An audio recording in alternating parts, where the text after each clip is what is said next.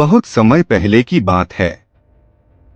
बाणासुर नाम का एक राक्षस, जो राक्षस राज बलि का पुत्र था, वह बचपन से ही बहुत अधिक महत्वाकांक्षी था।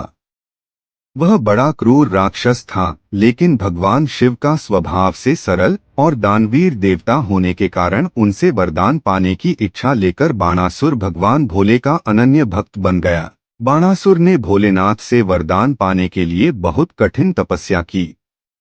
भगवान शंकर उसकी कठोर तपस्या और भक्ति से अत्यंत प्रसन्न हुए और साक्षात प्रकट होकर बाणासुर को 1000 भुजाएं और अपराजेय शक्ति का वरदान दिया। भोले बाबा से वरदान प्राप्त करते ही बाणासुर का राक्षसी स्वभाव जागृत हो गया और वह अट्टहास करते हुए बड़े अभिमान के साथ सबसे कहने लगा, कोई मुझे युद्ध में अब पराजित नहीं कर सकता। अब उसने अपने राज्य का विस्तार करने के लिए अपनी आसुरी सेना को आदेश दिया और धीरे धीरे सारे नगर में राक्षस राज बाणासुर ने अधर्म फैला दिया। वह अपने आप को अजेय मानकर किसी भी राज्य पर हमला कर देता था।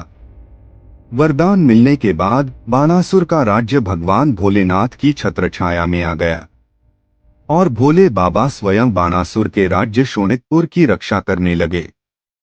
बाणासुर की एक बहुत ही सुंदर पुत्री थी जिसका नाम उषा था। उषा अनेकों बार सपनों में एक दिव्य युवक को देखती थी, जो श्री कृष्ण का पौत्र अनिरुद्ध था। उषा की सखी चित्रलेखा, जो कि एक योगिनी थी, उषा ने अपनी सहेली चित्रलेखा से अपने सपने में आने वाले राजकुमार के बारे में बताया। अपनी सहेली के स्वप्न में आने वाले राजकुमार के बारे में जानकर चित्रलेखा अनिरुद्ध को अपने योग बल की शक्ति से शोणितपुर ले आती है।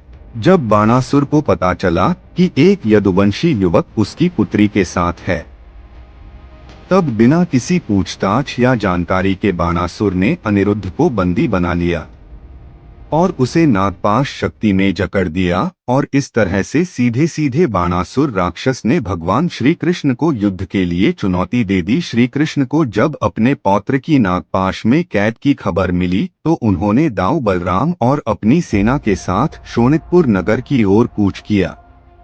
वहां जाकर पता चला कि बाणासुर तो युद्ध के लिए पूरी तैयारी करके बैठा है। अब भगवान कृष्ण और बाणासुर की सेना के बीच घमासान युद्ध शुरू हो गया। यह कोई साधारण युद्ध नहीं था, यह था धर्म और अधर्म का टकराव। शोणितपुर की धरती कांप उठी, गगन बिजली से चमक उठा। एक ओर श्री कृष्ण सुदर्शन चक्र लेकर खड़े थे तो दूसरी ओर भगवान शंकर त्रिशूल लिए बाणासुर की रक्षा में उतर आए। एक और भगवान श्री कृष्ण की नारायणी सेना थी और एक ओर भगवान भोलेनाथ स्वयं बाणासुर की रक्षा के लिए वचनबद्ध थे। पिनाक और चक्र की टकराहट से दिशाएं थर्रा उठीं।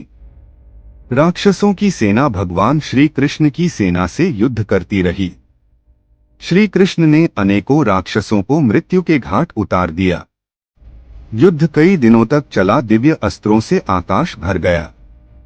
दोनों ओर से योद्धा अपना अपना पूरा बल लगाकर इस युद्ध को जीतना चाहते थे, लेकिन अंततः धर्म की विजय हुई और पाप की हार हुई। श्री कृष्ण ने बाणासुर की एक एक कर 1000 भुजाएं काट दी, शेष छोड़ी सिर्फ 4, क्योंकि वह शिव भक्त था।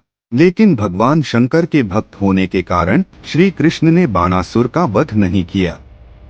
तभी भगवान शंकर प्रकट हुए और श्री कृष्ण से बोले, हे कृष्ण, आपने धर्म की रक्षा की है।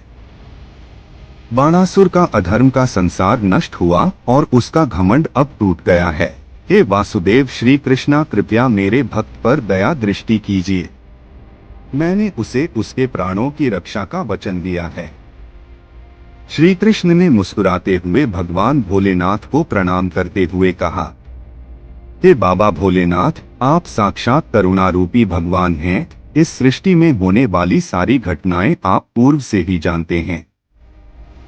यह सब आपकी इच्छा से होता है। यह जो कुछ भी हुआ है, इसमें कहीं ना कहीं आपकी इच्छा भी शामिल है। आज बाणासुर आपकी कृपा से ही जीवित है। हे महादेव, मैंने आपके विरुद्ध शस्त्र कभी नहीं उठाया, जो किया धर्म के लिए किया। अंततः अनिरुद्ध और उषा का पुनर्मिलन हुआ। बाणासुर ने श्री कृष्ण से क्षमा मांगी। भोलेनाथ ने सभी को आशीर्वाद दिया और अंतर्ध्यान हो गए और अनिरुद्ध और उषा का विवाह बड़ी धूमधाम से संपन्न हुआ।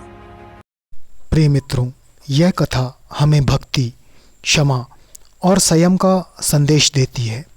वीडियो पसंद आए तो लाइक करें, शेयर करें और चैनल को सब्सक्राइब करें। जय श्री कृष्ण। हर हर महादेव।